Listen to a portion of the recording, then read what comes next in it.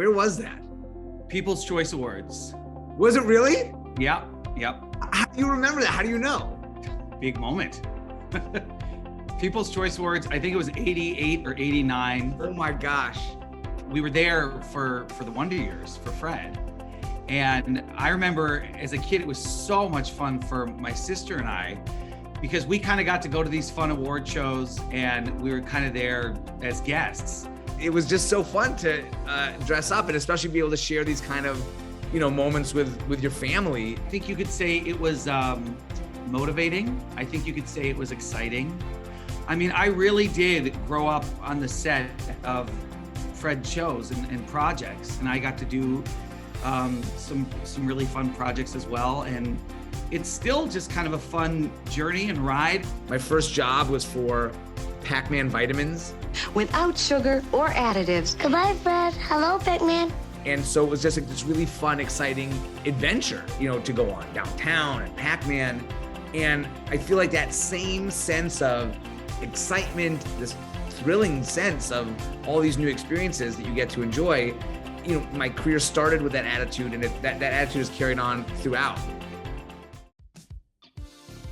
The first season, Boy Meets World cast noticed the Air Jordans, which were ever present on the set of Boy Meets World. Ladies and gentlemen, the John Adams High School class of 1998. Will you marry me? Your friends and your family and your relationships from a very young age define you and shape you, and who you surround yourself with has ripple effects throughout your life. I think that was one of the things that people enjoyed about the show, about Boy Meets World, was these connections and these relationships and this family. I think Corey always followed his heart. So I think in terms of relationships, he certainly went after what he wanted, and he was in love with this girl from a young age, and he married her. So I think there is a lesson to be said to lead with your heart. That's from the Wonder Years. That's the cast of the Wonder Years. And so Winnie and I had our one slow dance after all. But things wouldn't be the same between us. I think from Kevin, I learned, the value of friendship. I think that was a big cornerstone of growing up for anyone, is those friends that you have in your adolescence and teen years. I think just shape who you are completely for the rest of your life. Whether those friendships, sometimes we're lucky enough that those friendships continue on all the way through adulthood, and other times are just for those short years that you're in school together. But I think, for all of us looking back on our childhood, those friendships that we had when we're 11, 12, 13 years old are some of the purest, most wholesome relationships we'll ever have in our lives. This is me at the very, very beginning of my directing career, directing an episode of Boy Meets World.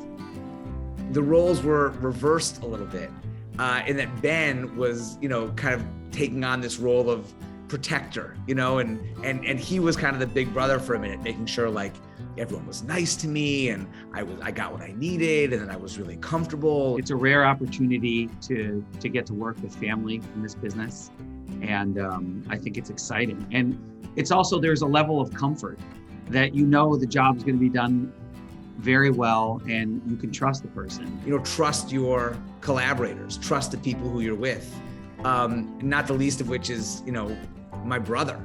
Obviously, you trust your family. You trust your brother more than anyone in the world, and to kind of build that out.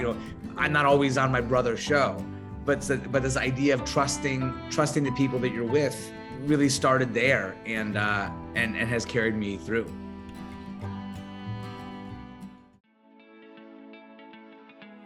I mean, this is a moment where our pasts and our presents and our futures come colliding together, because obviously, as I was saying, your brother is always there for you throughout your life. The only other thing that I could put next to that is the goldfish snacks. It's something I ate as a kid. It's something I gave my kids. They ate when they were growing up. It's something I eat today, and it's something I will eat tomorrow. I think what makes something timeless is the ability to share it with other people and other generations. Whether it's your favorite album, that you play for your friends, or your parents played for you and now you play for your kids, or your favorite film, or your favorite TV show, or your favorite snack. You can pass the love of that thing, down to the next generation.